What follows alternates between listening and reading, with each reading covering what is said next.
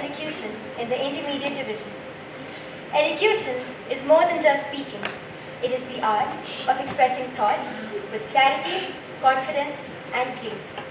Today, as our speakers take the stage, they bring words to life, turning language into a powerful tool for connection and expression. We are delighted to have with us today our esteemed judges, Mrs. Dilys Nath, Ms. Barrett, and Ms. E. Davids, dedicated English teachers at the junior school. Thank you for joining us and lending your time and expertise to this event. I'd like to request Nisa Shah to present her piece, an extract from the Diary of Anne Frank.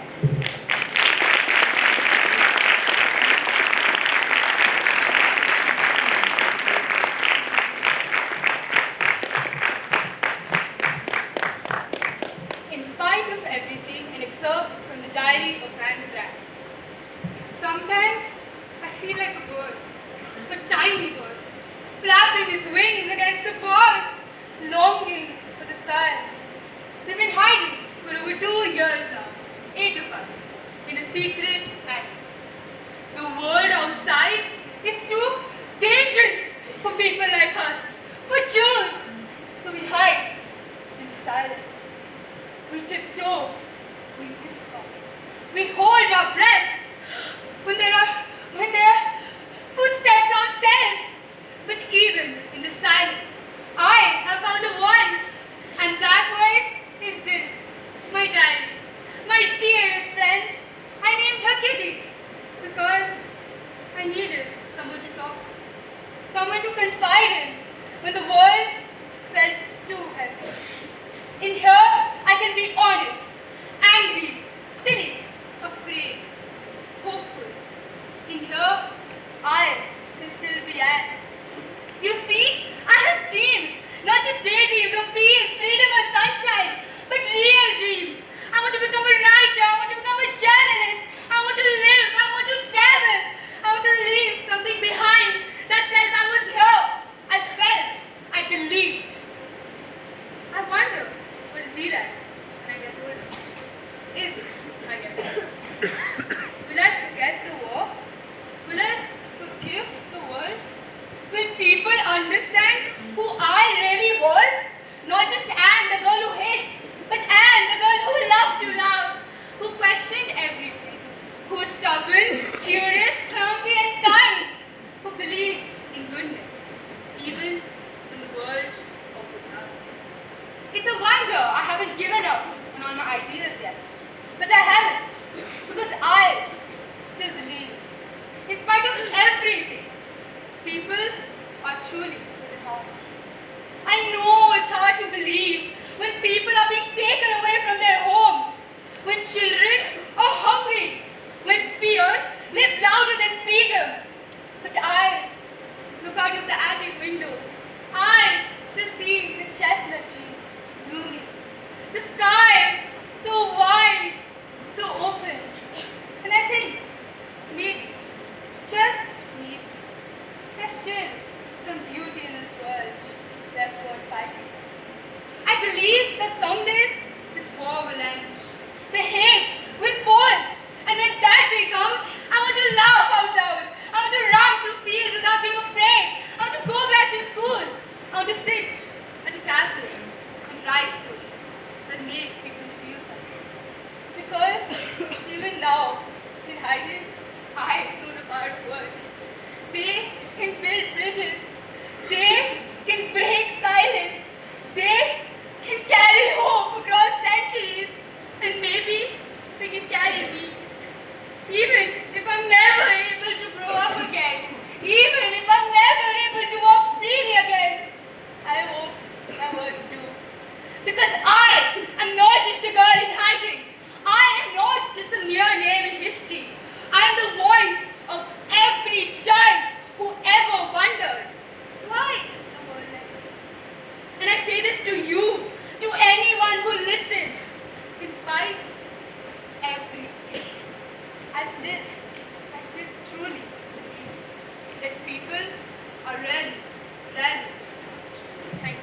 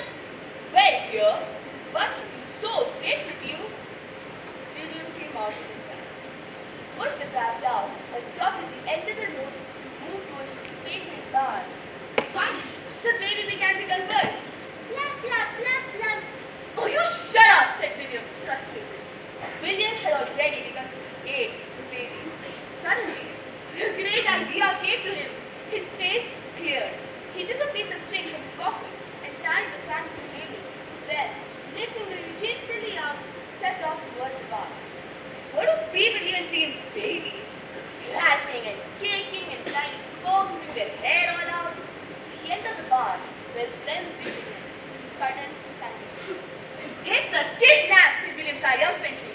Wynberg-Allen and raps him on it. Baby sat fixedly at the tallest boy, Douglas Kelly, and smiled terrifically, thinking of his father. Dad, Dad, Dad! Now they had food for the feast. William took out his licorice water and half a cake. Douglas 2 slices of raw ham and a dog biscuit, ginger, some popcorn, and some cold boiled potatoes wrapped up in a newspaper, candy, cold apple dumpling, and a small bottle of paraffin oil. But soon, they decided to boil a drink, leaving the baby all alone in the barn. After a quarter of an hour, Ginger and William arrived. They opened the door and went to it. To their surprise, they saw the infant sitting on the floor. He was drenched in paraffin oil and smeared in cold boiled potato. God, it announced ecstatically from behind his mask of potato and paraffin oil. William took on his grimy handkerchief and advanced toward the baby to feed him.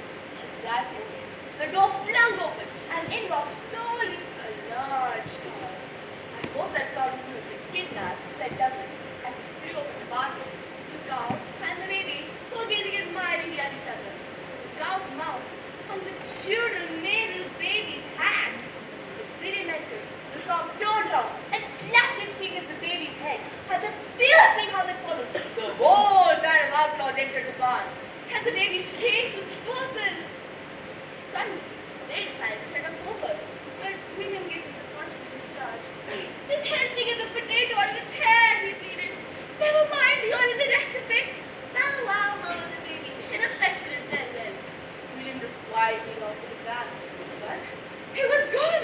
Crumbs, said William. Talk about bad luck. At that moment, the plant came speeding down the hill with a cargo of small boys. At the bottom of the hill, it overturned into a ditch. That's my tram, said William to the cargo. Sirs, we found it. Well, I left it there. Poor plant. They got rotten old tram, he said at last. Douglas seated the baby. With a heart still pretty big, William turned the corner to his own room. The baby's mother was waiting for them at the gate. There you are, she replied. I was getting quite anxious. Thank you so much, dear. But that is what she said before she saw the baby.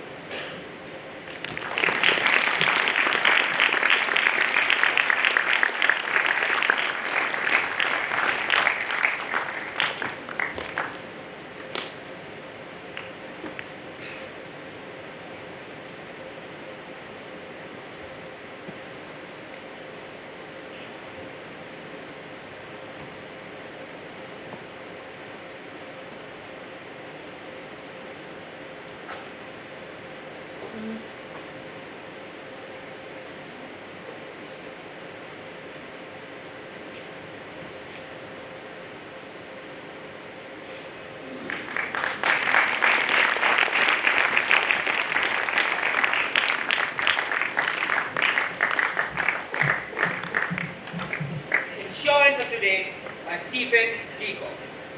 A man called on me the other day with the idea of insuring my life. Now, I detest life insurance agents as they always argue that I shall someday die, which is not true. I have been insured a great many times for about a month at a time, but have had no luck with it at all. So, I made up my mind that I would outwit this man at his own game.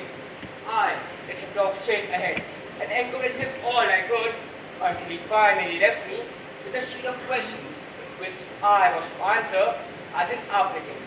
Now this was what I was waiting for. I had decided that if that company wanted information about me, they should have it and have the very best quality I could supply. So, I spread a sheet of questions before me and drew up a set of answers for them, which I hope would settle forever all doubts as to my eligibility for insurance. Okay, first question. What is your age? I can't think. What is your chest measurement? 19 inches. What is your chest expansion? Half an inch. What is your height? 6 feet 5 if erect, but less when I walk on all fours. Is your grandfather dead? Practically, cause of death if dead. Dipsomania, if dead. Is your father dead? To the world. Cause of death. Hydrophobia. Place of father's residence. Kentucky. What illness have you had? As a child, consumption, leprosy, and water on the knee. As a man, whooping cough, stomach ache, and water on the brain. Have you any brothers? 13, all nearly dead. Are you aware of any habits or tendencies which might be expected to shorten your life? I am aware. I drink, I smoke, I take morphine and Vaseline. I swallow grape seeds and I hate exercise. I thought when I had come to the end of that list, I had made a dead sure thing of it, and I posted the paper with a check for $15.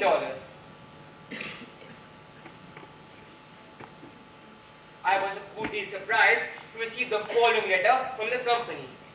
Dear sir, we beg to acknowledge a letter of application and check for $15. After a careful comparison of your case with the average modern standards, we are pleased to accept you as a first-class risk. Thank you.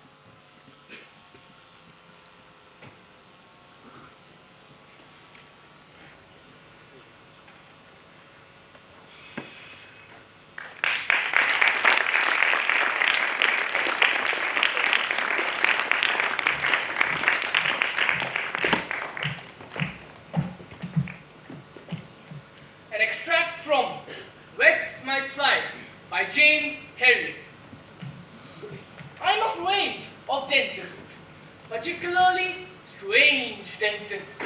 So before I went into the Royal Air Force, I made sure my teeth were in order.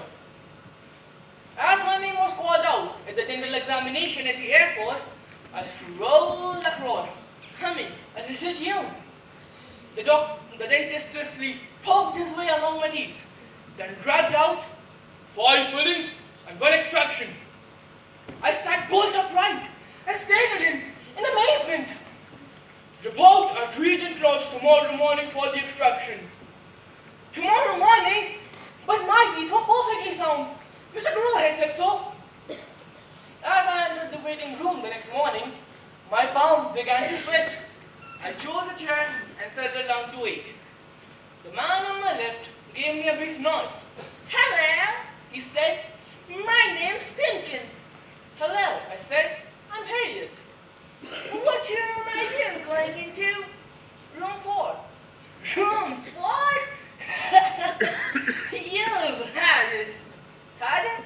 What do you mean?" "Well, haven't you heard? That's the butcher in there." The butcher?" I quavered. "Yes, that's what they call the dental officer in there. He's a right killer, that man." "Butcher? Killer? Oh, come on. All dentists are the same, I'm sure." "Well, don't you believe it. There's good and there's bad. And that fellow's a pure murder. It shouldn't be allowed." "Well, what room are you going into?" "Room 2. I've been in there before. He's a grand fellow. One of the best. Never hurts you." "Well, you're lucky, aren't you?" Just then, the dreaded door opened, and a voice cried out, "AC to Harriet." There was a leer of pure delight on Simpkins' face. He was really enjoying himself. As I sat in the chair in the butcher's room, I decided to have one last try. "You see, there's been some mistake, Mr. Grover said." A strong finger was on my gun, and I felt a needle going in. This couldn't be true. As the man took out a long chisel and a hammer. but all doubts were soon erased as the mantle rod thudded against my tooth. When I staggered out of the room, the first man I saw was Silken. He looked different. They've changed me round, and now I've got to go into room 4. What was it like? I looked at him. Maybe there was going to be a gleam of light this morning. I groaned. By God, you weren't joking.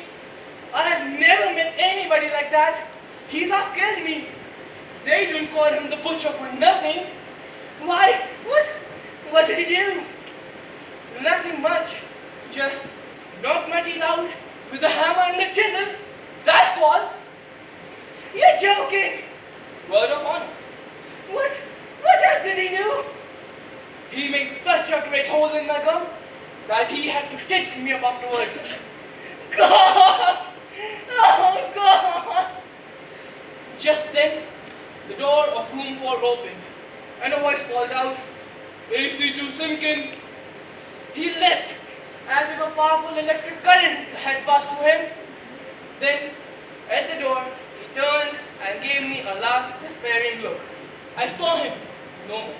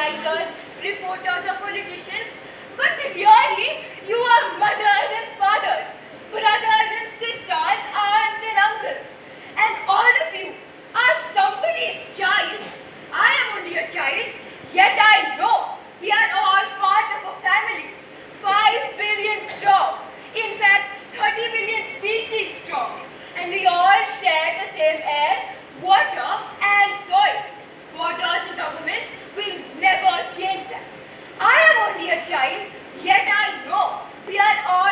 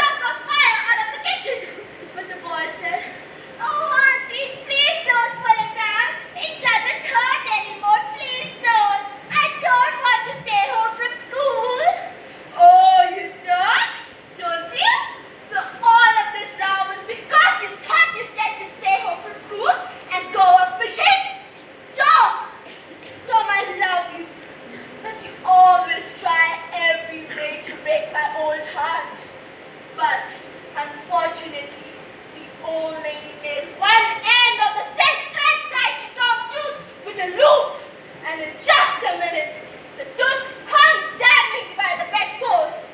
After breakfast, Tom sallied his way to school. The gap in his upper row of teeth had gathered quite a crowd and had been a center of fascination when the other was said, sour grapes, and he wandered away as a dismantled hero.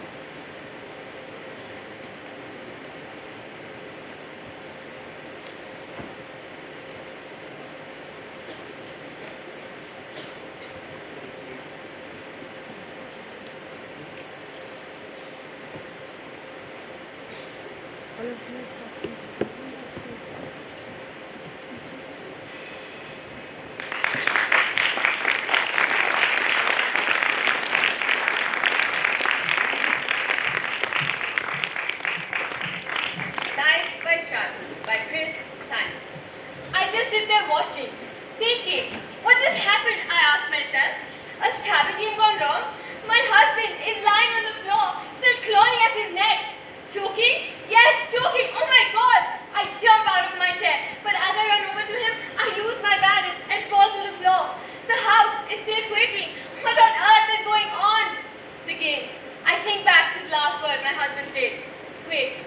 And oh my God, my last word was death. Panic is rising in my chest. I can't breathe. I can barely think. Think, I tell myself. Think. I get to my knees and crawl to my husband. He's not moving. I don't hear anything. No breath, no pulse. Dead. The man I love is dead. The game. I have to get back to the game. Maybe I can reverse it. I whisper to myself. I grab the edges of the table tightly. I need to change the game. I have to save my husband. Some of the words have already been scattered by the quake. I clear the board and dump all the letter cards out of the bag. Frantically, I start searching for letters. L. I place it on the board. Then, I find an I and place it beside L. An F. I need an F, I say in a panicky voice, but I don't see one. I start flipping over letter tiles until I find an F. Then, an E. I place them all together. Life.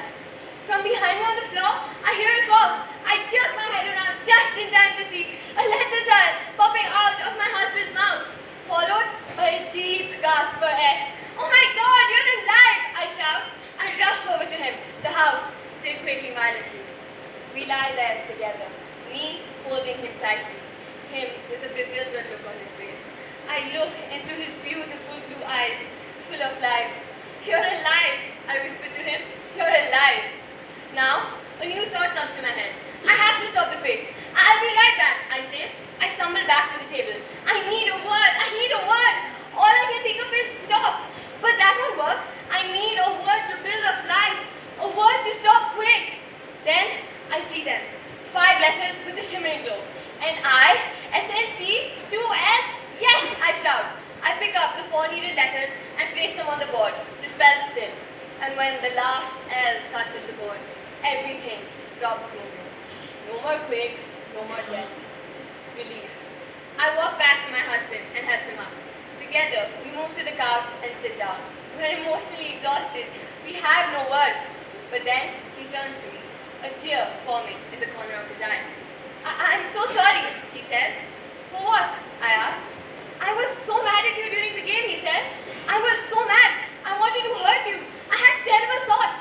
And I even started noticing the connection between the Scrabble words and what was happening around us. I made it quake. But before I could play a word to harm you, you played death. And then, I didn't know what to think, what to believe. I thought maybe you were using the game against me too. What? I asked. You played death. And when I started choking and fell to the floor, you just sat there, watching. No, I say, it was just so many things happening at once. I was frozen. But then I snapped out of it, I said. And by the time I got to you, you were dead. There is an interminable silence between us. Time seems to stand still. But we look into each other's eyes. We look into each other's eyes with love. Without speaking, we both get up and go back to the table. He picks up 7 letters and adds them to the L instead. Thankful. I take it in and think. I find the letters I need and add them onto the F in thankful. Forgiven. Forgiveness. Thank you.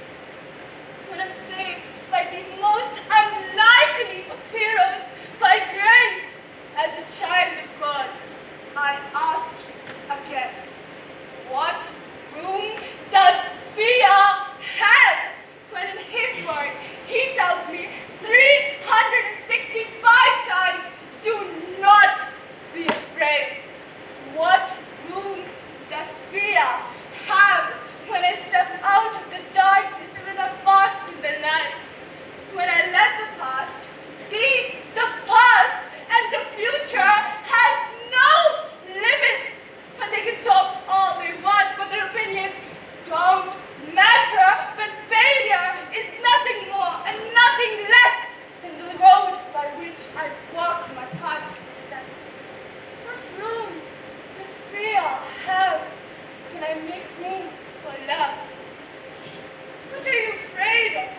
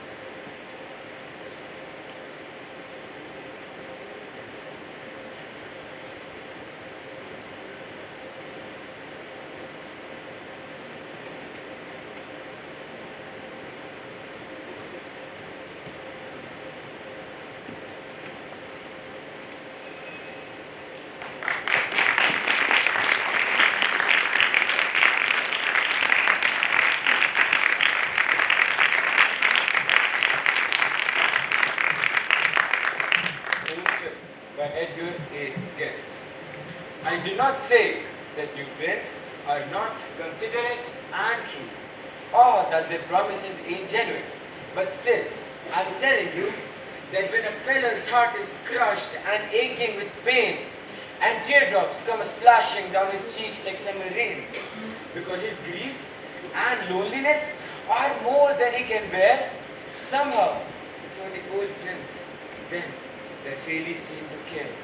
The friends who stuck through thick and thin, who've known you, good and bad, your faults and virtues. They have seen the struggles you have had. When they come to you, gentle-like, and take your hand and say, cheer up, we're with you still. It counts, for it is the old friends' way. The new friends may be fond of you for what you are today. They've only seen you rich, and perhaps only seen you have a good day. Only seen you have a good day. But new friends who have seen you fail and also seen you win, who've loved you, either up or down, stuck to you, thick or thin, who knew you as a budding youth and watched you start to climb through weal and woe, still friends of yours, constant all the time. When trouble comes and things go wrong, I don't care what you say. They are the friends you'll turn to, for you want the old friends' way. The new friends may be richer and more stylish too, but when your heart is aching and you think your sun won't shine again, it's not the riches of new friends. It's not their style. It's not the airs of grandeur then. It's just the old friend's smile. The old hand that has held before, stretched out once more to you. The old words ringing in your ears, so sweet and oh, so true. The tenderness of folks who know just what your sorrow means. Somehow, these are the things on which your spirit always leans. When grief is pounding at your breast, the new friends disappear, and to the old ones, tried and true, you turn for aid and support.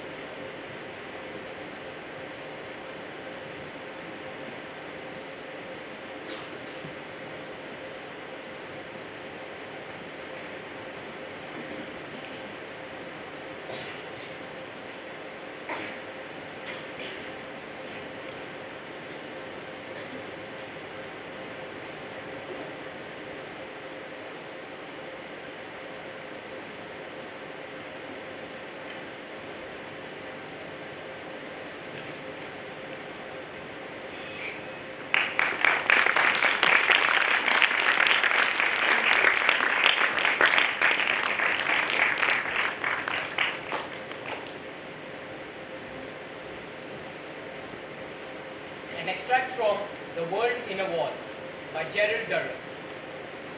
The ancient brick wall had been plastered over but was now green with moss. The inhabitants of the wall were a mixed lot. but the shyest of the wall community were the most dangerous. Little black scorpions. I grew very fond of these scorpions, and one day I found a fat female scorpion in the wall, wearing what appeared to be a pale fur coat. Closer inspection revealed that this strange garment was actually made up of a mass of tiny babies clinging to the mother's back. I decided to smuggle them into the house. I scooped them up in a matchbox and made my way to the villa, where lunch was being served. I carefully placed the matchbox on the mantelpiece in the drawing room and joined the family for the meal. Larry, having finished, fetched the cigarettes from the mantelpiece in the drawing room, put one in his mouth, and opened the matchbox. Now, the scorpion meant no harm. She was just agitated and a trifle annoyed at being shut up in a matchbox for so long. So, she seized the opportunity to escape. She leapt out of the matchbox and scuttled onto the back of Larry's hand. Larry glanced down to see what was causing the movement and let out a roar of fright that brought Roger out from beneath the table, barking hysterically. Ow! Ow! With a flick of his hand, he sent the unfortunate scorpion flying down the table. The creature landed midway between Leslie and the girls. She sped towards Leslie, her sting quivering dangerously. Leslie leapt to his feet and flicked out desperately with his napkin, sending the scorpion rolling down the table towards Laguzia, who let out a scream that any railway engine would be proud to produce. Mother, completely bewildered by the sudden chaos, peered down the table to find the cause. At that moment, Margot hurled a glass of water at the scorpion, completely missing it but drenching Mother, who promptly lost her breath and sat gasping at the end of the table. The scorpion had now hidden under Leslie's plate, while Roger ran round and round the room, barking hysterically. "It's that bloody boy again!" bellowed Larry. "Hit him with your knife! Hit him with the knife! Go on, hit it!" screamed Margot. "All we need is a book!" roared Leslie. "That's right, don't panic, don't panic. Hit him with the book." "What on earth's the matter with you all?" Mother kept imploring, mopping her glasses. "It's that bloody boy! He'll kill the lot of us! Look at the table, knee-deep in scorpions!" "By the grace of God, I wasn't bitten." "Stop screeching and get a book, for God's sake! You're worse than the dog!" "Ow, ow! Shut up, Roger!" "But how did the scorpions get on the table, dear?" "Every matchbox in this house is a death trap." Roger was under the mistaken impression that the family were under attack and that it was his duty to defend them. As the Guzia was the only stranger in the room, he came to the logical conclusion that she must be responsible. So, he bit her in the ankle.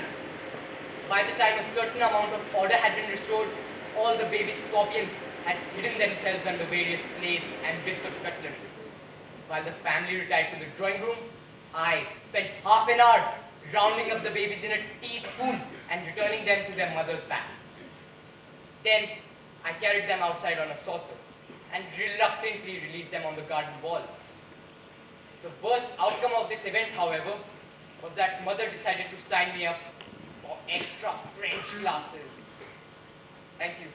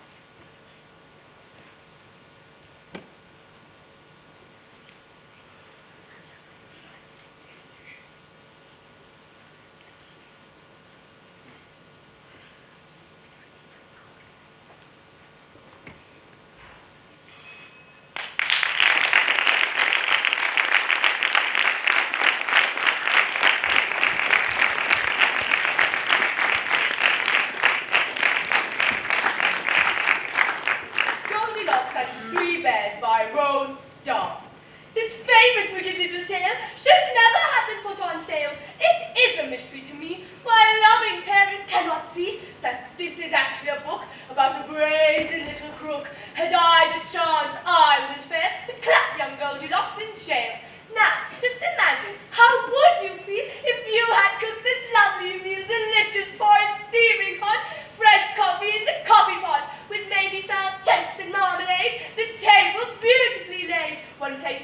and one for Dad. Another for your little lad. Then Dad cries, Golly gosh! Gee whiz! Oh, Christ, how hot the porridge is! Let's walk along the street until it's cool enough to eat. then the proper wife would dare question such a sensible suggestion. No sooner are you down the road than Goldilocks, that little toad, that nosy, thieving little louse, comes sneaking in your empty house. She looks around, she knows, 3 bowls brimful of porridge oats. And while still standing on her feet, she grabs a spoon and starts to eat. Now, I say again, how would you feel if you had prepared this lovely meal and some delinquent little tot broke in and gobbled up the lot? But wait, that's not the worst of it. Now comes the most distressing bit. You are, of course, a house-proud wife, and all your happy married life you have collected lovely things. But your most special and valued treasure, the piece that gives you endless pleasure, is one small children's dining chair. Elizabethan, very rare, but Goldilocks, like many freaks, does not appreciate antiques. She doesn't care, she doesn't mind, and now she plunks her fat behind upon this dainty precious chair, and crunch! It busts beyond repair. A nice girl would at once exclaim, "Oh dear, oh heavens, what a shame!" Not Goldie, she begins to swear. She bellowed, "What a lousy chair!" and utters one disgusting word that luckily you never heard. You think by now this little skunk would have the sense to do a bug, but no, I very much regret. She hasn't nearly finished yet. Deciding she would like a rest, she says, "Let's see which bed is best." Upstairs she goes and tries all 3. Most educated people choose to rid themselves of sausage before they clamber into bed. Goldie didn't wish that. Her filthy shoes were thick with grime and mud and mush and slush and slime. Was still upon the heel of one was something that a dog had done. Oh, what a tale of crime and crime! Let's check it for a second time. Crime 1, the prosecution's case. She breaks and enters someone's place. Crime 2, the prosecutor notes. She steals a bowl of porridge oats. Crime 3, she breaks a precious chair belonging to the baby bear. Crime 4, she smears his spotless sheets with filthy messes from her feet. A judge would say without a blink, 10 hard years of labor in a click. But in the book, as you will see, the little beast gets a scotch. Myself, I'd rather send young Goldie to steal.